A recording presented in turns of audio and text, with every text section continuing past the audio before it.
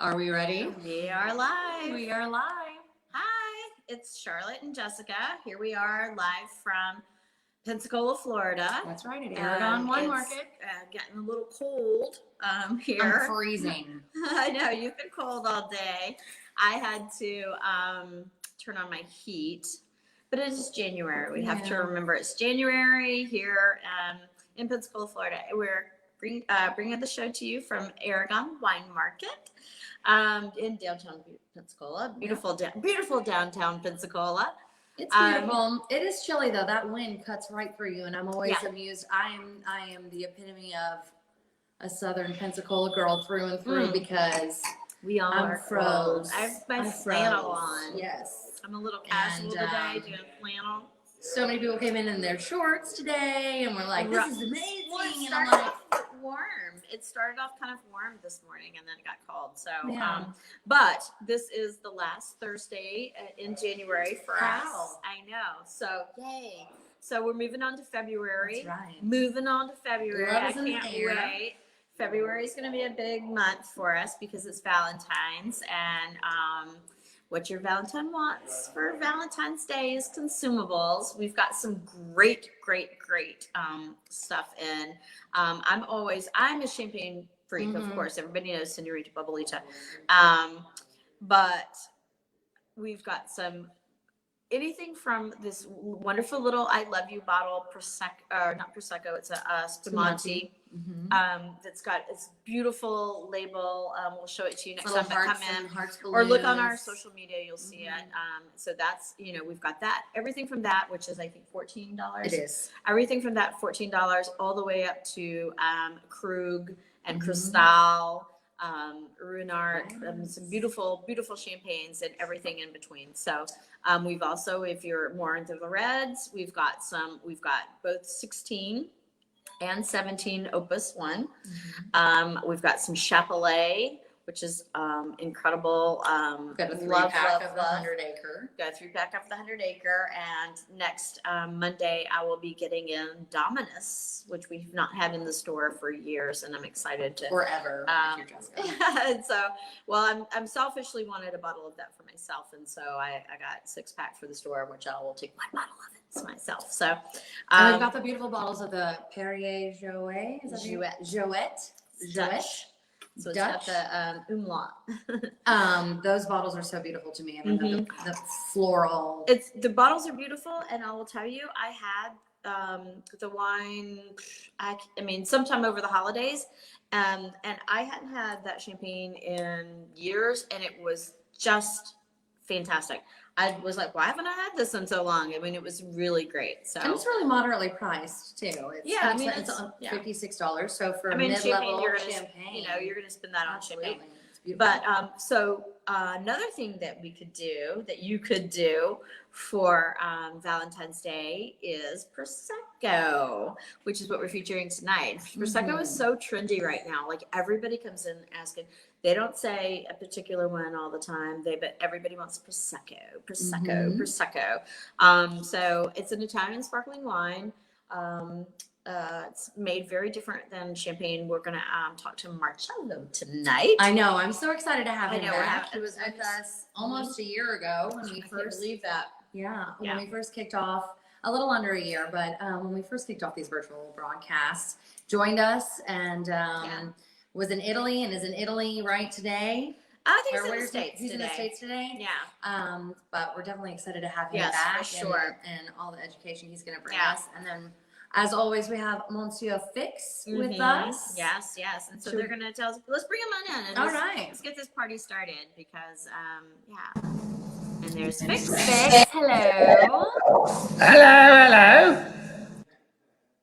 Hello. And I just got back from Italy.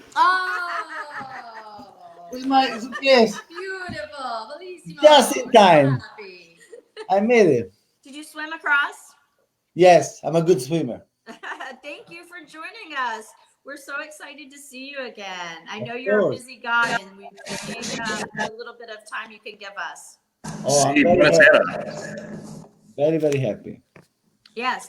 Well, so tell us about. So we've got So what's interesting about the Proseccos that we're doing tonight, tell us the name of the Proseccos. Say it properly.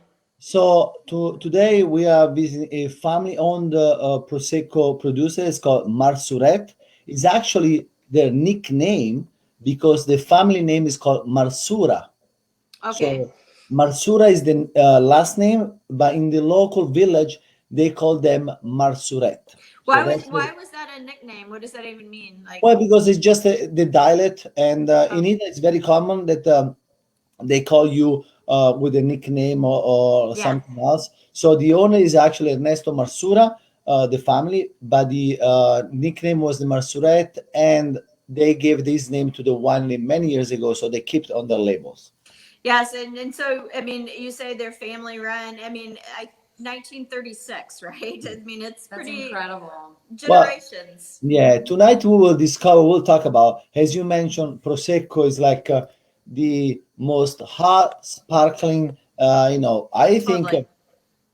if you look at the statistic, Prosecco beats champagne sales, especially this year in 2020, but in the last few years. It's an incredible brand, Yeah. but it was born from families, and there's a lot of histories, and today we're going to talk about that.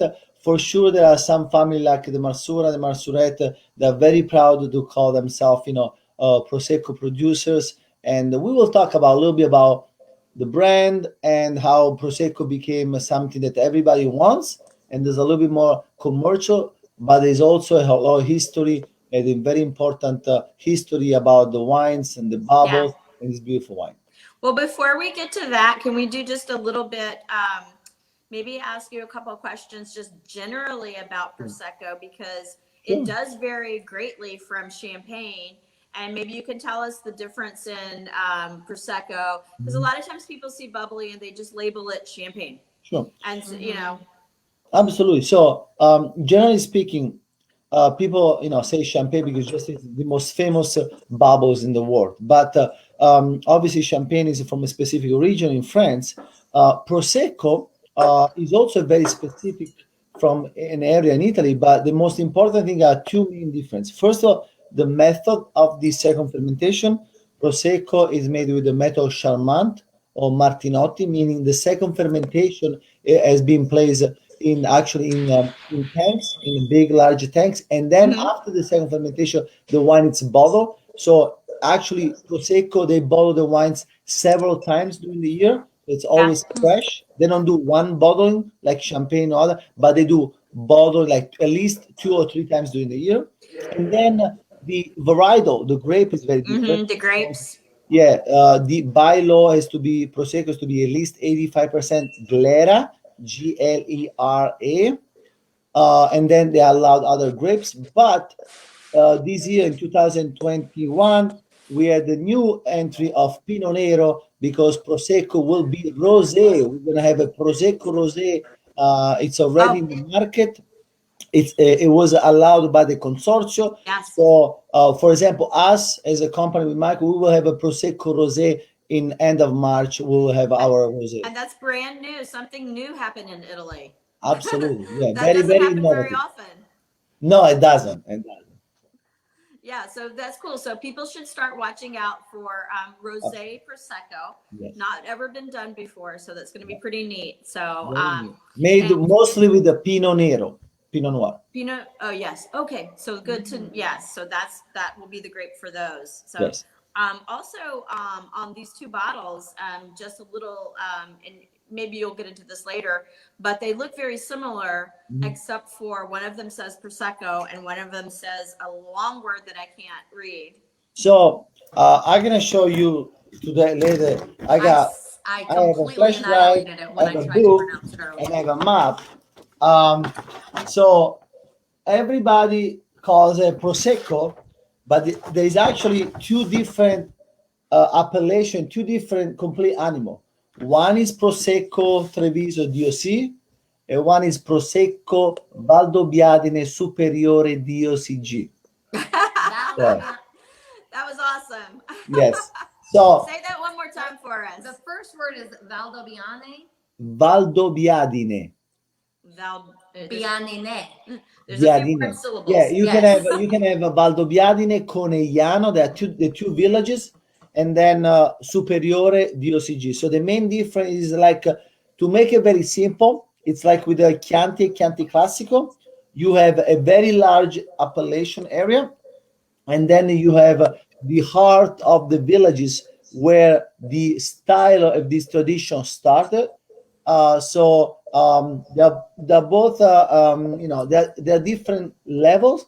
And I love that tonight we have the same producer making both levels. So you can see how a good producer can have both, different style. But Yeah, I for think that's sure, neat. we will Absolutely. taste and we will see the differences, quite a bit of difference. So people should know that one thing is Prosecco DOC and one thing is Prosecco Superiore Valdobbiadene DOCG. Oh, that's cool. That's And very they just cool. spit it out all in one I take, know. just like that, perfectly. Beautiful. So, Well, shall we try the first one? yes. Yes. That's the So one if we're you gonna don't start mind, with, correct? I have a little presentation that I'll share Yes. with you. If you guys can put it up, so it can help our friends that are watching right now. So obviously, as usually, I don't try to be too, like a class of college. But as you can see, that's a map of Italy. So we are in the kind of on the a very large area is the Veneto region. Marsuret is right there in the point that you see. You can move on with the slides just to keep up everybody so we can move. We are in the Veneto region. Let's move to the second slide. Are you able to do that or? Yes, There so we this go. is Hermes Marsura. As I mentioned you, there is a face, there is a family behind the label. One thing that some people they don't know, Prosecco Valdobbiadene area, it's a beautiful land. It's part of the UNESCO heritage area, Valdobbiadene. Very, very difficult to grow in the vineyards because they are very, deep slope in the Valdobbiadene for the DOCG. It's an amazing landscape. Look at the picture on the bottom. That's incredible. Great. Yes, beautiful. So we can move to the next one. So beautiful. So this is for our friends. Like always in Italian wine, you have this pyramid, and here you can see how there is a different level. So you have with the Prosecco DOC, that's the mass productive. Then you have Prosecco DOC Treviso, the first one that we're gonna have tonight. Then you go to the Prosecco Conegliano Superiore DOCG, also Valdobbiadene Superiore DOCG. Then you go to the two single vineyard. One is the Rive and one is the Cartizze. Cartizze is very small because it's a very, very little cru area. They actually, Marsuret has some land there, so they also make it Cartizze as well. So Cartizze is like your kind of, your single, your very premier cru, Grand Cru in Burgundy. Okay, it's the very unique vineyards in the Prosecco. So that's the And so that top level, what kind of price points do those come? I mean, retail. We talk about $49.99. Which is still a bargain compared to some champagnes or some exclusive wines. So yeah, if you think that in Cartizze there are very few producers, we're talking about no more than 20-25 producers that are able to label their wine Cartizze. It's a very, very niche product. That's amazing. Yeah. Wow. So today we're gonna taste two wines on this pyramid. We're gonna have the Prosecco DOC Treviso, so the second tier, and also the third tier, the Valdobbiadene Conegliano Prosecco Superiore DOCG. Okay, that's good. I like that. It sounds good. And the Mazzura family, they farm 111 acres in these two regions, which is what, like 42, 47 hectares or something? Yes, correct. So yeah, it is they call themselves Vignaroli. That's what they do. They don't make wine as something else. That's the main job. That's the main business. They live on the land where they make the vineyards. And even the first wine, the Prosecco Treviso DOC, it's all hand harvest, all estate Boldo. And that's, it's really good and bad thing. Prosecco became a brand now.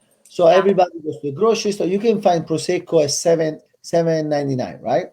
Sure. Brand name. They are just Prosecco Doc. It's not Treviso, but it's a different story. Here, even the entry level for the family, it's a hand harvest. It actually says on the back on the label. If you It look at the back, does. it's a hand harvest. It's all estate bottle. It's a really a craft product, even for the for the entry level wine.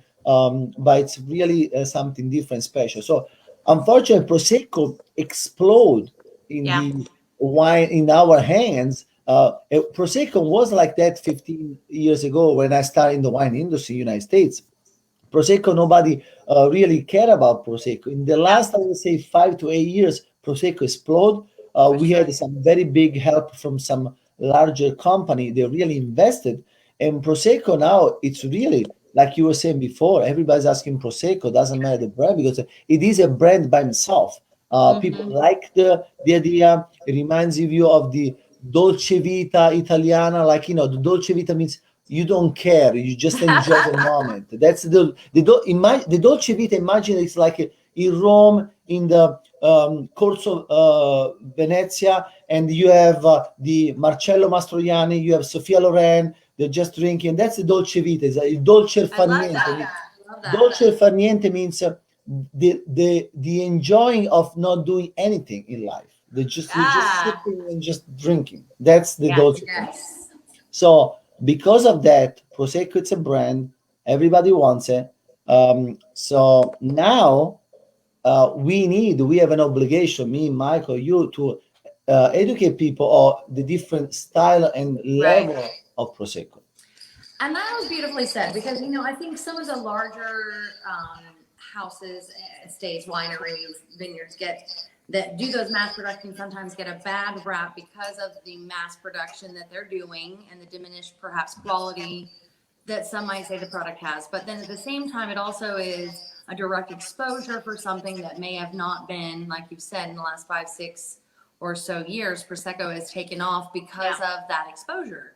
So there is some positive in that huge production, in that it does give exposure to a family that since 1936 has been producing. Absolutely. I mean, this is exceptional. And in my mind, nothing like what I think of when I relate to some of the other Proseccos that I've had before, that are those $7.99 bottles. And so it's vastly different. And this is considered the entry level.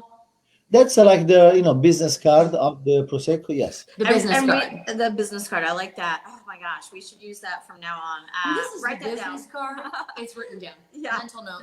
Mental note. Absolutely. It's not the entry level. It's Well, the business card. I love what you said. It's absolutely true. It is happening in Italy with other appellation, with Brunello, with other appellation. I always tell people that you have the kind of the Golia of the situation that breaks the big door of the market. So imagine United States, because United States is the most, still now, the most important export market for many countries, the number one from Italy, right? So you need a big dude, like a big company, to break the big heavy wood doors of the market.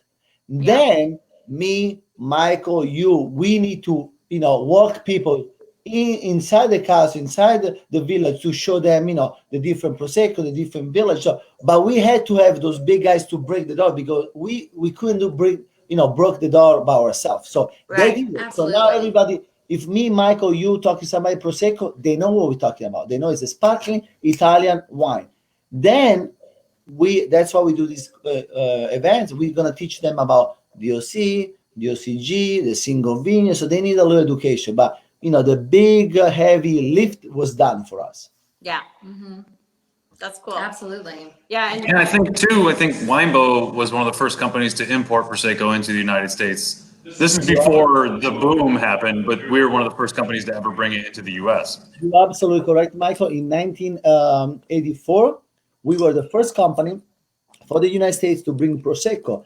I remember Leonardo Locascio, that was the founder of the company, that he personally hired me over 10 years ago with the company, that he told me that, Marcello, when I came to the United States, I brought Prosecco in 1984. Nobody knew about Prosecco, and it was not easy. Now, it's kind of funny because I mean, everybody knows about Prosecco. Everybody has Prosecco. You can be a French restaurant. You can be a breakfast place that do mimosa with everybody has Prosecco. Yeah, If for you have a sure. license, you have Prosecco. I would say the majority of restaurants have a Prosecco on the for menu. sure. Let's talk about the specifics about the first one we're trying tonight, the Okay, extra yeah. dry. Do you mind share a little bit more the presentation? Let's go through the Yes. few more slides. Maybe they Get will back help in. our friends. Yes. Okay, so this is actually a generic, there are actually three different types of bubbles of Prosecco. You have the spumante, is the one that we're gonna taste tonight. So they are, the classic Prosecco. They have more pressure, alcohol content is 11% and can move from brut to demi-sec. Then you have frizzante, it's semi-sparkling, a little bit less pressure. And then you have tranquillo. That's very, very rare to find in the United States. But tranquillo means, I've never heard of that one. yeah, tranquillo in Italian means, tranquillo means, stay calm, relax. It's like with no fizz, no bubbles. It's actually allowed by the consortium to make this Prosecco, but it's not very common in the United States. So you have a fully sparkling, semi-sparkling, and no bubbles Prosecco. Let's move on with the next slide for our friend. There are many rules. We already touched some of them. Prosecco became a DOC in 2009. So there was a difference between DOC and DOCG. You have the three styles. I can't believe it was just 2009. That seems like that was so They did that because then Prosecco was just Prosecco, and because there was a growing the big production, they had to make the difference between the people like the Marsura and the other company. So they installed the Prosecco DOCG and DOC as a two different appellations, right? Yeah. So that's why. Again, Glera is the most important grape, and then they're allowed to use 15% of local varietals, but also international varietals. The area, as you can see, it's pretty large, and again, you have different alcohol content and different style of sugar residual. Next slide, we can move on. So this one is the one that we're drinking right now, right? So this is the extra dry Marsuret. So I'm gonna disclose this right away. It's not our fault. It's the French people that they came out with for every sparkling. They were the first one, as most of the time the French, they're leading the way in the wine. Blame it on the French. Yeah, so they came out with a labeling system for the level of sweetness on the sparkling. Unfortunately, they use the word dry for sweet. So people get confused. Extra dry, it's there's still some sugar residual that you can percept, and the brut is actually dried and extra dry. So it's a little confusing for many people. Well, let me ask you this. Does, I know in French they have like a demi-sec. Do you have a demi-sec Prosecco? Yeah, so you go from demi-sec, dry, extra dry, brut, extra brut, and zero dosage, like pass dosage. Yeah. So it's the same for every sparkling in the world. Actually, France that I missed, they dominate completely the sparkling label system. So every spark can be Franciacorta, can be Prosecco, can be Champagne. They all follow the same kind of structure. Cava.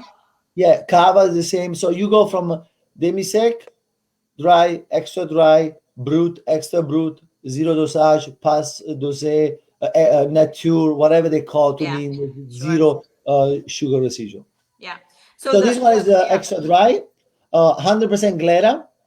The wine, of course, is the Charmant, the Metro Martinotti. It's all estate fruit, extremely important. Very, very important.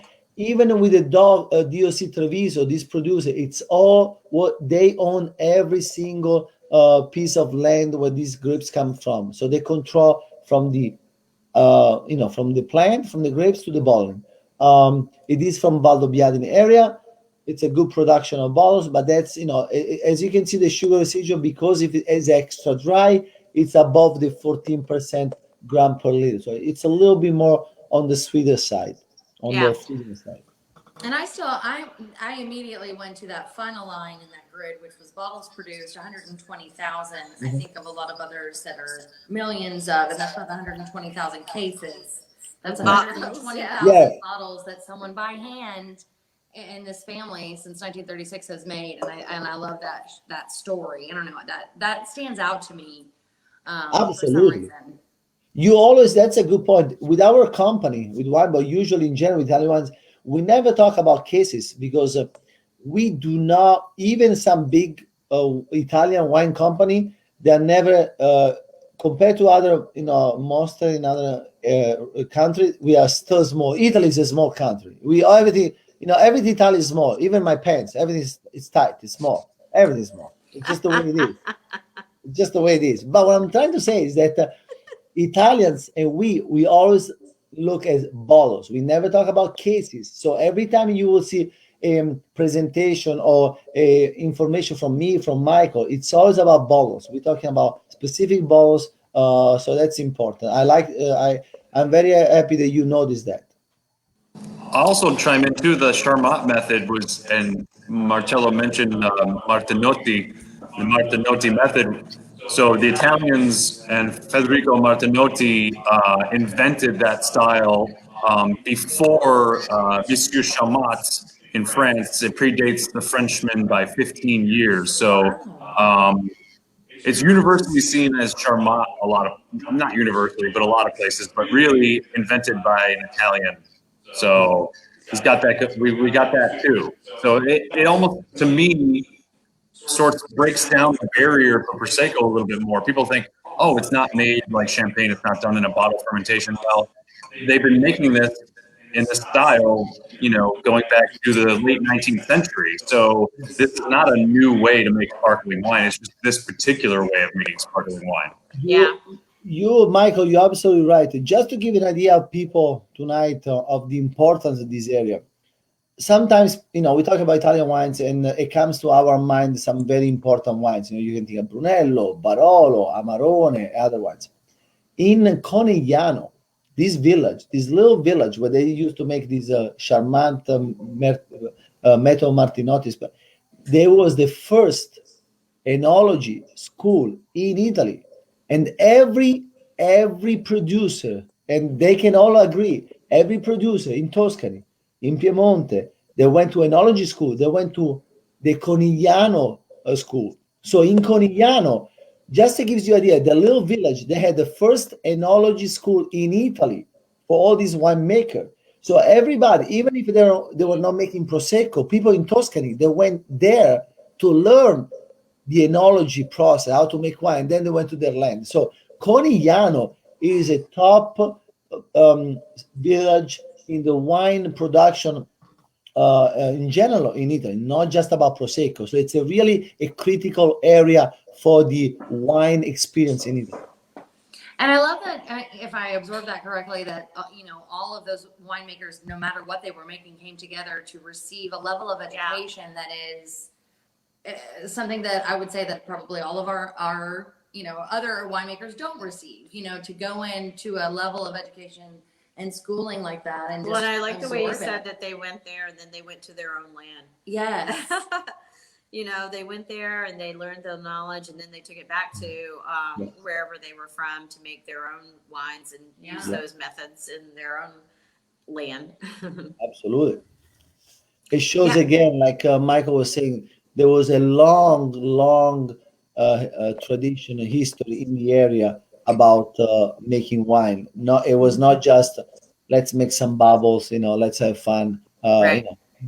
Having the first enology school in Italy, it's a big, I think, claim, especially because Italy plays such an important scene worldwide in the wine, in the wine industry. Absolutely. Absolutely. And I've made light of, I think, some of, like in our social media and make posts, oh, somebody say bubbles, I'll be there in a Prosecco. But to really learn about these families, we've really touched on that through the entirety of these virtual broadcasts. It's so incredible to really know and learn.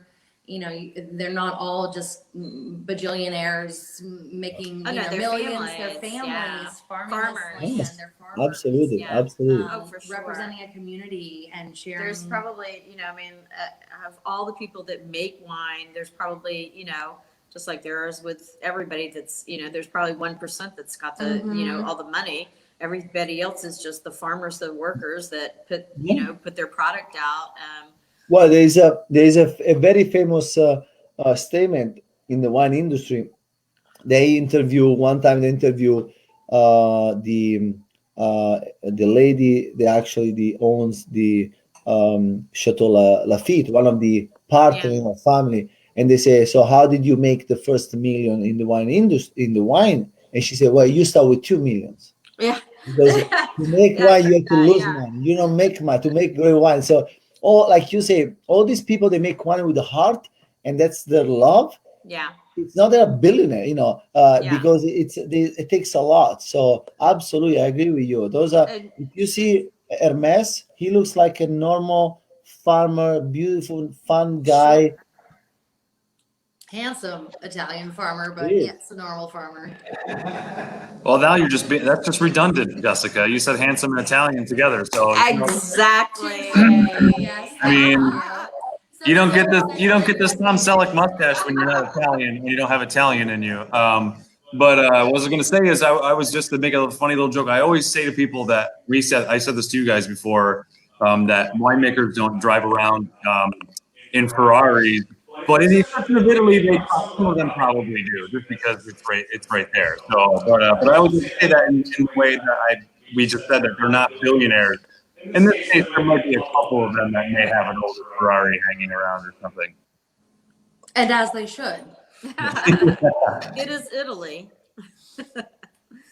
Yeah, well, that's cool. Well, so so the first wine that we're trying, the extra dry, how would you describe it? I'd say it's gone, obviously with the extra dry, it's going to be a little sweeter. And so for pairing food wise, I would say, it's just probably good on its own. Maybe looking for something that, maybe something a little spicy to counteract that sweetness. Yes, so actually, I like this style because in Italy we use this as the beginning of the even in the day or even the end of the day in the way Yeah. that so usually if you're in Italy and somebody your friends you work and somebody tells you look, okay, let's have let's meet for dinner tonight, let's have an aperitivo, right? So you meet in a bar in a piazza around 7:30, 8 o'clock. You go there. They have all these little they call cicchetti in Veneto, means a little bite, right? A little tramezzini, a little pizzetta, a little cracker, something. And this is a lovely way to start with extra dry because it's a little sweet. Hopefully you didn't have any alcohol before during the day. You just came out of work. Imagine yourself, you work outside the work, you don't have any alcohol. You don't want something too acidic, too high with the tannin. So this Right. really worked very well. Low in alcohol content. After in Italian style, after an hour and a half, 2 hours of aperitivo, by nine I was o'clock, going to say 2 hours later, you start dinner. by 9 o'clock, somebody say, "Okay, do we agree which restaurant we're gonna have dinner?" Say, yeah, let's go just the restaurant next door, right there, right? So they go to the restaurant, and you have a beautiful meal. This wine extra dry is actually also good to pair. We are just off the holidays, but I love this wine. If you have a panettone, if you wanted a dessert, a tiramisu, a mascarpone, it really Yeah. works well. I'm not a big fan of the big, heavy, syrupy, very viscosity dessert wine. I like something like this that's very Yeah. light, Refreshing. bright, cleanse your Crisp. palate, refreshing. So it's Yeah. very typical in the area, especially in north of Italy, where the Pandoro, the big Italian bread, the cake, it's very popular, and it's very nice way. But like you say, because it's a little the sugar residual with the spicy food, as we know, any sugar residual wine like Riesling and other wines with Yeah. the spicy food, it works well because it kind of makes the spice a little bit more subtle, a little bit more softer. Mm-hmm. So I agree Yeah, absolutely.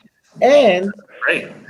the last but most important, if there is one sparkling that you want to use for cocktails, this is the one. For, Oh, for right. mimosa, for spritz, for Okay. your Bellini, for Which any might be a cocktail. hint for later. I was gonna Because say next you're, week, you're foreshadowing yes, we're doing what some we're doing foreshadowing. next week. Dun, dun, dun. Next week we are gonna do some cocktails, and So when anybody, if you guys are planning for next week, we're gonna have cocktails. I gave it away. Thanks, Marcello.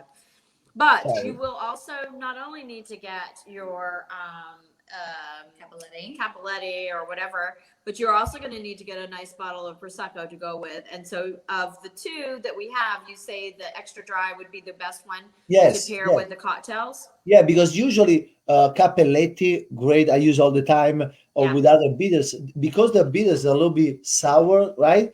So the extra dry helps with the sweetness to bring a little bit more, balance to the cocktail. And again, spritz, mimosa, Bellini, any kind I'm of a cocktail spritz that fan. you think Yes, with the absolutely. Prosecco, this is the one that I will suggest. Yeah. Certainly. We day drink in Florida, Oh, and so yes, spritz, exactly. spritzes are where it's at. They And drink in I'm sure- Italy. Yes, I was thinking That's about what we do. when you mentioned years ago, not that many years ago, but a few years ago, I was in Rome for my 30th birthday, and that was the one thing that I absorbed from being in Rome for a week was Yeah. that we as Americans are doing our meals so wrong, and sit down, eat as fast as you can, and break.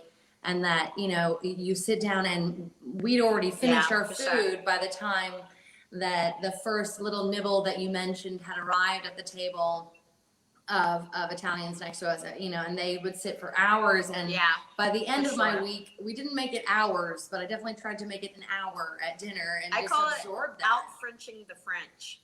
It is You amazing. just Well, take your time and enjoy. it reminds me, my dear grandmother, that she's no longer here. She passed away a few years ago, but she always used to tell me, all our niece and friend and my all my cousins, that when you eat, you fight with your death. That means you sit down, you don't talk, you don't go crazy, and you eat slowly. It was so important. It's still now, if you talk with every Italian, they do the same thing. It's like when you eat, it's a really, you need to pay attention, enjoy, and sit down and relax.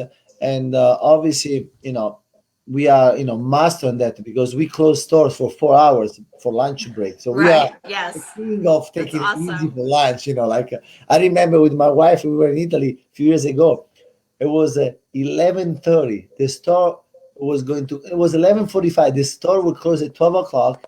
We were walking this jewelry store. They saw us. They ran to the door, and they shut the door so fast because it was almost lunchtime, and they didn't want to get stuck because they were closed from 12 to 4 o'clock. Oh my Oh, Four gosh. hours. goodness. Wow. That's funny. Well, so for me, the last time I was out of the country was in Rome. Oh, wow. And we never knew that that was going to be the last time you were going to be out of the Yeah. country for ever. Yeah. But of course the spritz and the Prosecco, we drink them both. And you guys really do know how to enjoy all of that. Absolutely. So, any more to say about the extra dry before we move Yeah, on? one more thing I want to say to the extra dry is that, again, let's not get, because some people get a little particular about, the sweetness, by the way, just give you a number, the most produced and consumed Prosecco style, produced in Italy and consumed in the United States, it's the extra dry. Okay.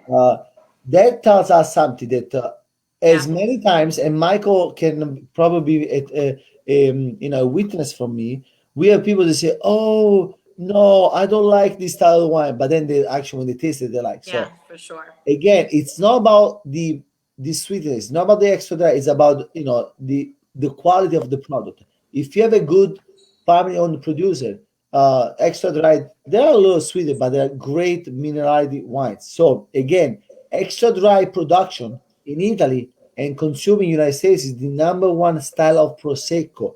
Yeah, Many people can they are see not that. familiar with that, but that's what they like. They did a survey in restaurants, and that's what it sells the most. What people enjoy, the extra dry style. And this particular wine too, I was going to say, is the bubbles and the mousse is so delicate and soft and really, really pretty. sometimes the attack of certain Proseccos can be a little aggressive with the combination of acidity and bubble. This, because you have the sugar and the mousse is so velvety soft, it would take some people who say sometimes they don't like the aggressiveness of certain Prosecco and really show them a different style. You're right, and the secret is, as I mentioned before, it's very difficult, but it's about how many bottling of Prosecco the winery does. The more bottling they do during the year, the more fresh is the product. With Prosecco, like Moscato does, it's extremely important to have a fresh product on the shelf. Yeah. So they do several bottling during the year to make sure that they don't do just one and ship and wait when it's ready, but they want to make sure the product is always fresh. So that's a major difference. Like in their case, that they have always like you say a very fresh, bright product on the shelf. So I've promised myself that if I have a question, certainly someone will have the question as well in our viewership or in our customers, because I know I'm a novice, but somebody else has this question too. When you say second bottling, they take the Prosecco out of a bottle and put it into a transfer bottles. Not just no, what happens, they do the fermentation, they do the first fermentation, and then to have a bubbles they have to add yeast to start a second fermentation. In this case on the Charmant they add CO2 carbonation to have a second fermentation. After the second fermentation is done in the tank where they had the first fermentation, then transfer on the bottle. So okay, it's always in the tank. They get the first fermentation, and then they add the CO2. And then when they get the second fermentation, they get the tank. After that, it goes in the bottle. So once it gets in the bottle, it doesn't come out of the bottle. Right, that makes sense, and that's obviously that's what I thought the process was, but I was confused, and I promised myself if I have the question, I'm going to ask. And I love that because, like you said, if somebody else has the question, and sometimes we, need to just go back to basics. Absolutely. So good. Yeah, So, we've talked about that we may only have a couple dozen or a dozen people with us right now during the current broadcast, but the extended viewership is an education component, and we've hit 700, 800, 1,000 plus views on some of the videos, and it's such an incredible amount of information that why not ask the question? No, absolutely. Yeah, because out of 1,000 people, there's somebody else has the question. That's a good question. It's a good question. There's never a question is wrong, and I agree with you. I do several, as you know, virtual interview with the summit. I always tell them I go live on Facebook, and usually when we do live, because of the time, because of the situation, you may have few views, but I know the majority of you, like you say, you go to 3, 4, 5, 1,000 views. It's after a few days when people, look at your page and they have their own time and they select when they have time, they start looking. So absolutely, I agree with you. Yeah, for sure. And I see Carol Moore is joining us tonight. She's one of our regulars, and I appreciate that. Thank you, Carol. And she won our trivia night a few weeks ago and picked up her prize bottle. So we certainly appreciate her support. If there's anybody, and this one thing that I try, and I haven't done very well lately, is that if you do have any questions, just feel free to jump in, and don't feel odd, because like I said, we all have questions. I'm asking questions. I've learned stuff tonight. Absolutely. You've learned stuff tonight. So if you have any questions, just pop your question in, and Marcello is the one to, he's the expert on this. So absolutely. So do you want to move on to the next? Yes, actually, if you don't mind, let's move the slide on the presentation. Just I want to make sure.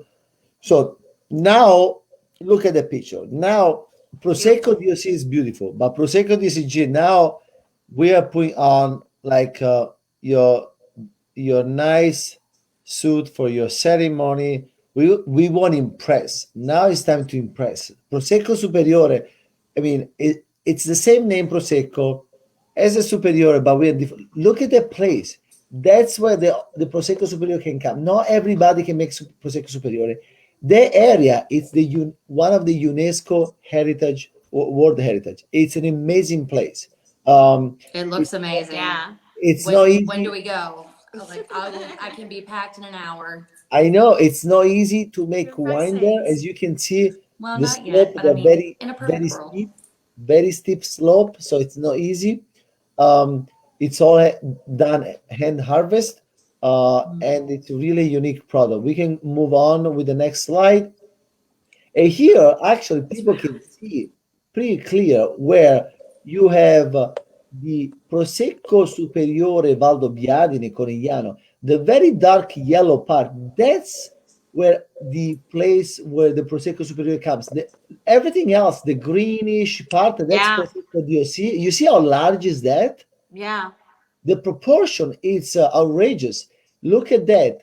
That all the green part of the Friuli, the Veneto, everything around, Yeah. that's Prosecco. So everybody can make Prosecco there, DOC, but the very heart, the dark yellow, the Valdobbiadene Super Corigliano, small. Yeah. absolutely, Incredibly that's small. a superiore. We are Yeah. talking about a very small area with very few producers, only 15 communes in the area, only 15, it's like 15 countings in the area able to make their product. So very unique. We can Very move to the unique. next one. And Marcello, we Yes. have a question from Carol, and her question was, she has her Prosecco. Does it keep for more than one opening, and can she cork it and save it for Oh, I another love day? that. Okay, now go back on the screen with me. Give me a second. Hold on. That's a great question, Carol, It because is. bubbly is always kind of sketchy. I don't want to say sketchy, that's not a good word, but bubbly is always, you're kind of worried about whether or not will it last. Sometimes it does, sometimes it doesn't. I can't wait to see what Marcello says Okay, about it I'm because back. he's Okay, got two things. things.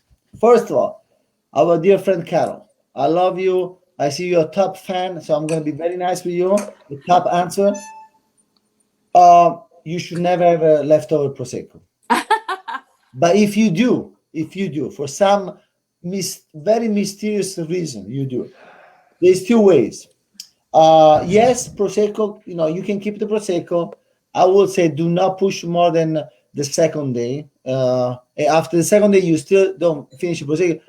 We really need to talk, and you can have my number because that's something but anyway, two ways. If you know, people in the wine industry, you have this champagne stopper, right? You put this in, put like that, stop it, and maintains, right? But this is something pretty kind of new. Actually, I saw this the first time in my life 15 years ago when I came to the United States. The old Italian way to preserve Ooh. sparkling. Yes.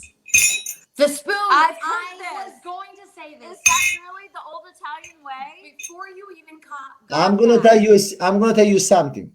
When I came in the States, you tell me now I'm very Italian, but imagine 15 years ago I was really, really Italian, right? My wife, that I'm still married with, that we have a beautiful family, she put up with a lot of things for me, right? So 15 years ago, we have some friends, bought Prosecco, we have some left over. I put a spoon, put in the fridge. She looks at me and says, "What are you doing?" I said, "Put the Prosecco in the fridge." She said, "What's that?" So what? That's how you keep the Prosecco. You just mess with me. I said, "No, that's the way." She said, "You're just crazy." She said, I told her, just leave it there. We'll taste it tomorrow. The next day, the Prosecco was fine. She looks at me and said, "Well, you are not crazy." I said, "Well, no, that's true." Now, after 15 years, all our friends, they don't want to stop the champagne stuff. They use the spoon. The reason That's why, hilarious. So when the you got reason up to why walk away, the spoon stops the bubbles to go up. So even if it's not sealed, the bubbles as a chemical effect, the bubble will stop as soon as they touch the iron of the spoon. So you can keep this in the fridge. So if you do this and I come to your house in your fridge, I know that you're Italian or somebody really Italian around you, because that's the only way we do it. That's awesome. absolutely. I've almost interjected this statement I because I know, was we've so all been excited like- 3 times. But when you got up to walk away, I was going to say that growing up, my grandmother, when she would not be able to finish some bubbly, the spoon went into it, into the champagne, and it went, or the Prosecco or whatever, the sparkling wine, and it went in the fridge.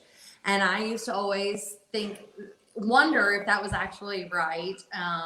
It is. But when I would sneak the bubbles, they would always be bubbly. So I too have always seen that, but never believed it until I heard it from Marcello. So now I'm going to try You have to try. It's and you will be surprised how many people that you will follow you. And now again, all my friends, they do the same thing. Oh, I can't wait to try it now. Perfect. I mean, but first of all, the point was, thanks, Carol. Carol says, thank you. Rarely does a bottle see a third day. Yes, of course. But what a great question, Carol, and we appreciate it. And yeah, you should probably drink it all. But if maybe you're on your second or third bottle and you just can't finish it all. Yes, correct. That's how As that you might said, happen. that's right. Marcella, you said it's nice to finish the evening with, so perhaps you're having that as the nightcap. Yes. And maybe And you you're want to not- have it for breakfast again. That would be Jessica. I will have it for the nightcap, and I will have it for breakfast. Yeah. Absolutely, yes. No, you can. It's always a good tip to have, and works with every sparkling, from champagne, Franciacorta, Cava, Prosecco, all of the same. So we're moving on to past the extra dry into the. Well, I see. Ada says there's no leftover bubbles in my house. Thank you, Ada. Yes, Ada is from Puerto Rico. She knows that you shouldn't Oh, have any. nice, Puerto Rico. I was talking with my Puerto Rico distributor just today. Oh, well, when Ada has got a chance to go back to Puerto Rico, we don't know when that'll be. Ada actually got to spend Thanksgiving and Christmas with me. Okay.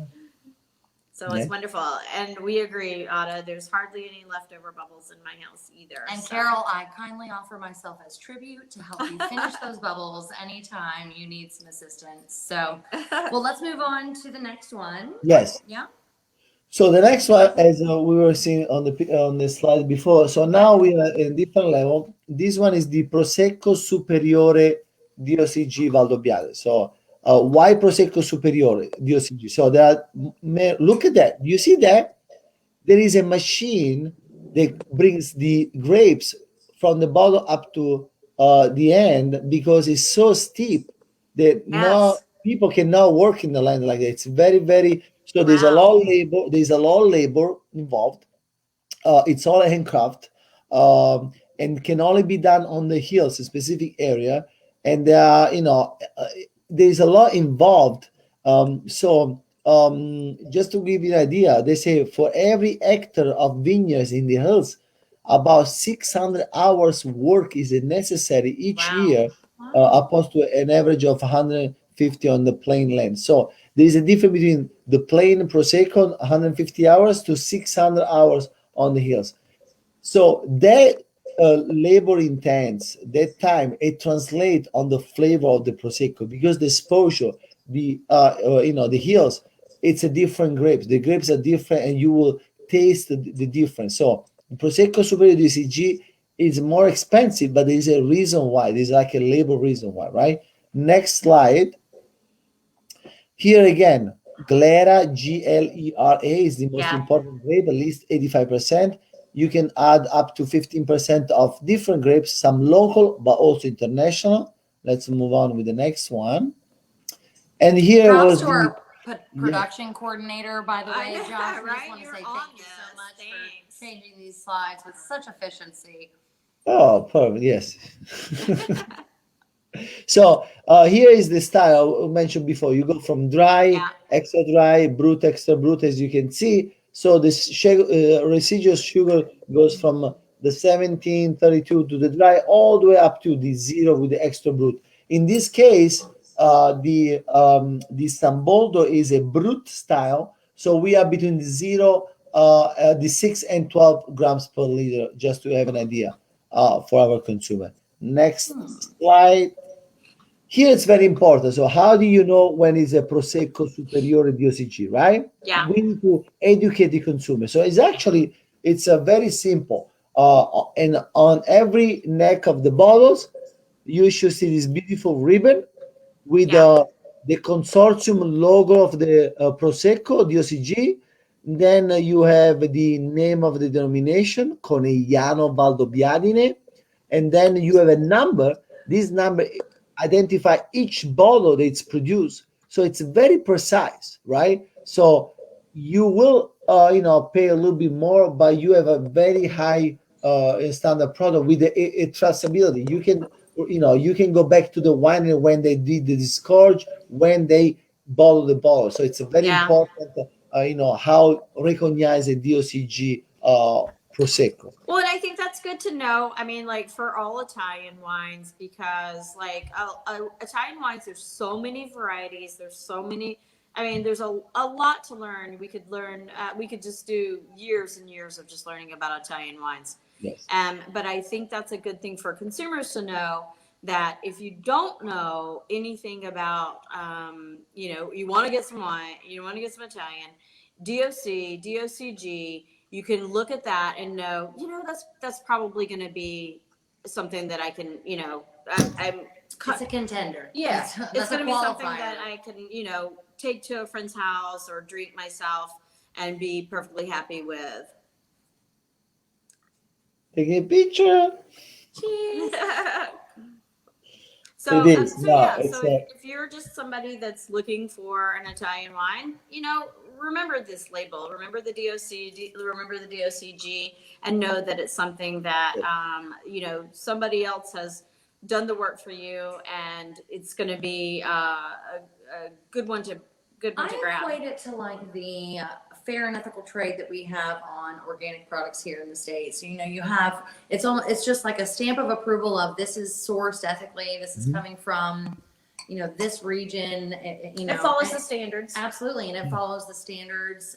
And I always tell people, I want you to be the judge. So buy 2 bottles, one the Prosecco DOC and one the Prosecco Superiore DOCG, and then you can judge yourself which style. Because I am nobody to tell you this is better than the other one. Yeah. But what I can tell you that this one is different from the other. I'm not going to tell you it's better, but it is different. So I want you consumer, you friend, that you make your own decision. And as we said before, the extra dry is very popular. People buy a lot of extra dry. But I want to, I'm going to let you know there is also a DOCG Superiore. It's different. It costs a few dollars more, but you can buy, a bottle of each. Then you can be your own judge. Yeah. You can And that's I like this better. but they both have, not even just the price point. Because in our store, the price point's not huge. No, it's not a big The difference. difference isn't huge. But it's, it's what you're looking for. Like if you're doing the cocktail, like we're doing the spritz next. sure. You may want the one, the extra dry, because it's going to have a little more oomph for your cocktail. And if you're going to drink this, you may want it for something. Linguine and clam sauce. For linguine So and clam sauce. that's the recipe that has been hopping out all week to me that I would pair with this, but not the red linguine and clam sauce, the Right. like traditional, a pesto. like a pesto or olive oil, Olive. base. That sounds I love parties, even if you can do too many parties now, but I love parties, and I'm like the guy that because I want to talk to people, have fun people, I always think about option that you don't need to spend too much time in the kitchen. This wine, when you go in some place and you buy the lobster or the blue crab dressing kind of dip, right? And then you put crackers, you put the lobster or the blue crab kind of dip on the cracker in a platter, Prosecco. You're Perfect. speaking our Oh my language. gosh. I'm Easy, like, I need that right easy. now. So you have more time to drink and to chat, and less time to Totally. think about the cooking, the oven, the spaghetti, the clams. It's delicious, but it's a little bit less time consuming. I'm a fan of less time consuming just because I like to sit around and drink instead of cooking. But I do cook some. But Marcello, I can't believe it's been an hour. It has. So we are gonna. I know. I don't want to let you go, I know, but we know you we can have still talk. 40,000 other virtual wine That's true. tastings I this know week you have so scheduled, much so more to do. we want to make sure We you hope have time. that I mean, we don't know. Maybe either we'll see you here in town, or maybe we'll do another one of these. But we hope to see you soon. Yes, no, I would love to.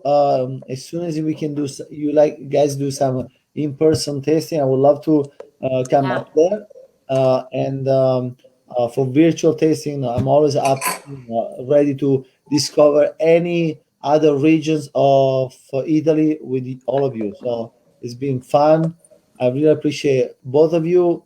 Michael, always for great support. He's our ambassador there. I know he does a great job with all of you. He's a wine ball. He has a wine ball tattoo. Is not his back. No, I have not seen that yet. Well, we certainly appreciate him. But I am wearing Yeah. I am wearing the t-shirts that you sent me, Marcella. I see. I see. Born to be spark. I see that. Born to be rosé. I see that. Yeah, it was so great to see you again. I can't believe it's been almost a year since we saw you the first time, and hopefully it won't be that long next time. And ciao. Yes. Ciao. Absolutely. Thank you. Bye. Have a good Bye-bye. night. Bye. Ciao. Ciao. Thank you. I almost had a broadcast. I know. Remember? Yeah, it's been a while. So, Yeah.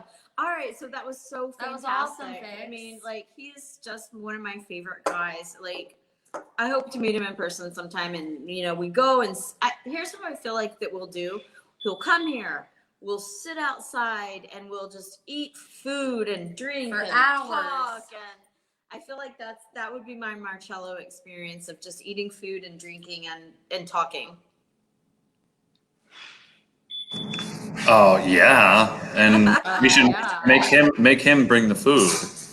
Right. Yeah. Since he's so adept at Some dip. He doesn't since really he's so adept at hors d'oeuvres, I mean, Boldo patties, dip options. I think he was so awesome. But so what we've got next coming up that we need to talk about. It was Ada Ada. said- Thank you so everybody much. said thank you. Ada and Carol are responding. But so next week we do have what we kind of alluded to was our spritz. I'm a huge another name Aperol fan, but I've found that this is my new favorite. No, don't do that. It's my new favorite. It's less expensive than Aperol, and it's $20 a bottle. yeah, and it's I don't want to say better because I like Aperol, but it's better. Let's just call And it I've better. never had it before, so next week will be my And first so if you're time having it if you're as a big Aperol Spritz fan, gotta try this. You're gonna be like, this has got more little subtle quality to it, I'd say, than Aperol. But so next week, tell us, Fix, what all we're gonna do next week. yeah. So when they do their spritz, they're going to need to pick up a bottle of Prosecco as well. Yes. Or if they already have one they haven't opened, then just make sure they save it. And then we're going to have Nicole Ciani from House Alpens, who is a great importer of specialty, what we call modifying spirits like vermouths and aperitivos such as Cappelletti. They also import Madeira and some other really excellent products that a lot of which we've had some of them in the store, but a lot of them you run into Other one in. having them at Can you bring it up? like your bars that are in town, because that's where they're used. We have them in here for people to buy and take them home. But a lot of the really cool cocktails that you get at places like Union or Iron or Old Hickory or the Kennedy, places like that, are using these products specifically. So we have two vermouth, which we're going to show some people how to make an Americano cocktail, and then also a traditional kind of spritz. So it's really fun. We're doing two Italian things, but we're doing two different kinds of evenings. And this one, we've never done a cocktail evening because, of course, this is a wine store, so we don't sell whiskey or gin or whatever. But we will give some people some ideas of what they can utilize these as well in their favorite maybe gin cocktails as well and stuff like that. So we're going to feature the wine predominantly here as the wine cocktails that we have, which are very famous cocktails. Yeah, and so what I would say is that come in, we'll probably do some maybe some cocktail recipes on our email that we'll send out. I'll do some research and development. Yeah, and so we'll send out the email, and if you're not on our email list, then still look on our either Facebook or Instagram, and we'll put some cocktail recipes on there, because you can do the Cavaletti, you can do the different vermouths, and you'll definitely need some Prosecco. And you'll probably have to get some.